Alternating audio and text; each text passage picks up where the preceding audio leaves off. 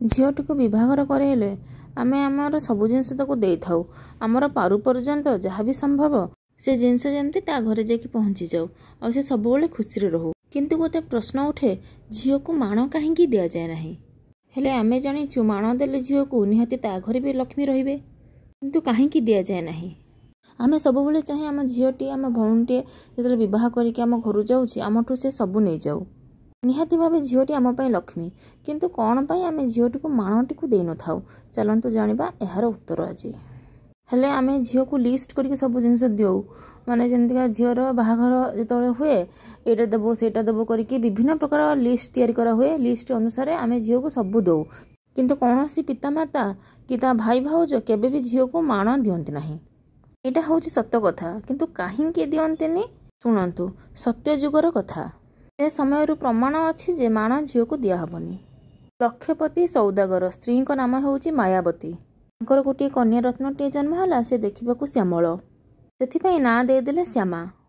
श्यामा ना दे सारा पर श्यामार गुण भल श्यामार व्यावहारिक ज्ञान बहुत उच्च कोटीर ता सहित श्यामा अन्य को देखिले अति सहजरे अपनार करनिए। माँ लक्ष्मी तो देखती जहाँ घर अधिक धन आ से धन को सी कौ बाटे खर्च करुच्ची देखा माँ लक्ष्मी आसी ता घरे पहुँची जाती। माँ लक्ष्मी आसी मायावती पाखे पहुँचले हेले माँ लक्ष्मी बहुत प्रशंसा कले तमर एत धन अच्छी हेले ये जो धन अच्छी ये सबुदिन रहिबा दरकार कि नहीं। मायावती कहले हाँ हाँ रहिबा दरकार हेले आपण माने बुझुथिबे सबुदिन धन रहिबा को चाहिले एठी आशीर्वाद कहार दरकार। माँ लक्ष्मी पचारुछंती हेले माँ लक्ष्मी पचारुछंती ए धनर मालिकाणी किए जानिछ से कहले किए ना माँ लक्ष्मी और लक्ष्मी कहउछंती जे जदि तमे तांको पूजा न करिवो से तम पाखे रहिबेनी। हेले मायावती कहले ठीक अछि। मायावती माँ लक्ष्मी को पचारे ताले कहतु केमती कौन पूजा करिया को हबो। माँ लक्ष्मी कहले सकाळु उठिबो भोर उठिबो मार्गशीर मास होइथिबो गोबर आनिबो लिपा पोछा करिबो नाली माटी आनिकी लिपिकी झोटी पकइबो घर द्वार परिष्कार परिच्छन्न करिबो लक्ष्मीकर पाद चिन्ह पड़िथिबो पद्म फूल अंका होइथिबो लक्ष्मी मातांकर अलंकार सबु अंका होइथिबो तापरे सकाळु सकाळु भोग लगेबो बाळ भोग लगेबो तापरे दीपहर भोग लगेबो संध्या बेला भोग लगेबो पूजा अर्चना करिबो धूप दीप नैवेद्य देकरी। लक्ष्मी मायावती को यह जिनस बखाणी दे गले। मायावती कहले एते पाठ किए करिवो मो द्वारा काम हबनी सेमती भी जहाँ पाखे अधिक पैसा थाए से काम दाम एत किसी करंतिनी तांको माने बहुत सहजरे सब जिनस मिल जाए से कि सब जिनस से एत ध्यान दियंती नहीं।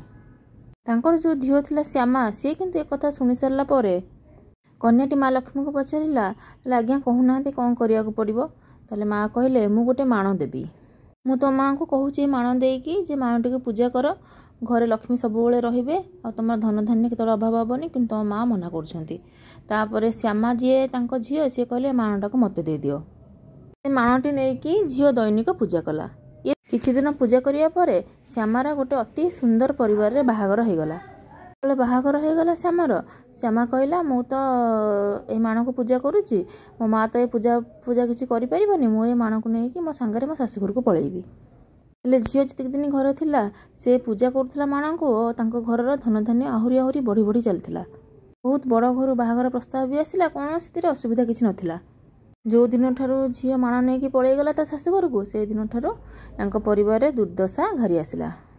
जितेबले दुर्दशा बढ़ी चलला दिन पर दिन से खाया मिललानी भिक मागिया को मिलला एमती अवस्था है से सौदागर माने दिने खाइले आउ दिने उपास रहा पड़ूला जमती से भोक उपास बहुत दिन रहिले तापर उभय सौदागर और स्त्री उभय जाकि झील घरे पहुँचले। झील जो बापा माँ एमती अवस्था देखला झील पचारा तुम तो सौदागर तुम एमती अवस्था केमती है भिकारुठी हीन तापर बुझिला बेलू को जना पड़ा से माँ लक्ष्मी पूजा कलेनी और बर्तमान एभली अवस्था। झीलटी ये भाविला ताहले एमती अवस्था तुम है तुम लक्ष्मी की पूजा न करी मु भी मो घर माण बर्तमान तुमको आउ देविनी तेणु लोक मैंने सबकि दे दियंती पैसा पत्र टंका सुना सबकि दे दियंती किंतु माण केबे के क्या देवेनी गुरुवार केबे हेले कन्या रत्न को विवाह मध्य देवेनी कहीं आपण घर लक्ष्मी पलैब। तापर तांको झील श्यामा कहला तुम दिजन जाक बर्तमान जाओ माण आणिकी आस गुआ आणिकी आस फल पुष्प धूप धूप नैवेद्य सब आणिकी आस बर्तमान घर को जाओ माण बसाओ माँ लक्ष्मी पूजा आज आरंभ कर दियो। बर्तमान मायावती और सौदागर बुझीपारे ए जिनस तापर से ସେଇଆ ହିଁ କଲେ ଯାହା ତାଙ୍କ ଝିଅ କହିଥିଲା ତାଙ୍କୁ କରିବାକୁ। ତାପରେ ସୌଦାଗରର ଦୁର୍ଦ୍ଦଶା ଧୀରେ ଧୀରେ ଗଲା, କାରଣ ସେ ମା ଲକ୍ଷ୍ମୀଙ୍କୁ ପୂଜା କରି ଚାଲିଲା। ତାପରେ ତାଙ୍କ ଦୁର୍ଦ୍ଦଶା ଗଲା ପରେ ତାଙ୍କ ଘରକୁ ସୁଦଶା ଆସିଲା। ସେଇ ଦିନଠାରୁ ଲେଖା ହେଇଛି, କୌଣସି ବି କନ୍ୟା ବିବାହ କଲେ ତମେ ତାଙ୍କୁ ମାଣ ଦେବ ନାହିଁ, କାରଣ ମାଣ ଦେଲା ମାନେ ତମ ଘରୁ ଲକ୍ଷ୍ମୀ ଛାଡ଼ିଯିବେ। ଭିଡ଼ିଓଟି ଭଲ ଲାଗିଲେ ଭିଡ଼ିଓଟିକୁ ଅଧିକରୁ ଅଧିକ ସେୟାର କରନ୍ତୁ, ସମସ୍ତେ ଜାଣିପାରିବେ ଝିଅକୁ କାହିଁକି ମାଣ ଦିଅନ୍ତି ନାହିଁ। ଆଉ ଭିଡ଼ିଓଟି ଯଦି ଭଲ ଲାଗିଲା ତାହେଲେ ଚ୍ୟାନେଲଟିକୁ ସବସ୍କ୍ରାଇବ୍ କରିଦେବେ। ପୁଣି ଦେଖା ହେବ ଗୋଟେ ନୂଆ ଭିଡ଼ିଓରେ। ଜୟ ଜଗନ୍ନାଥ।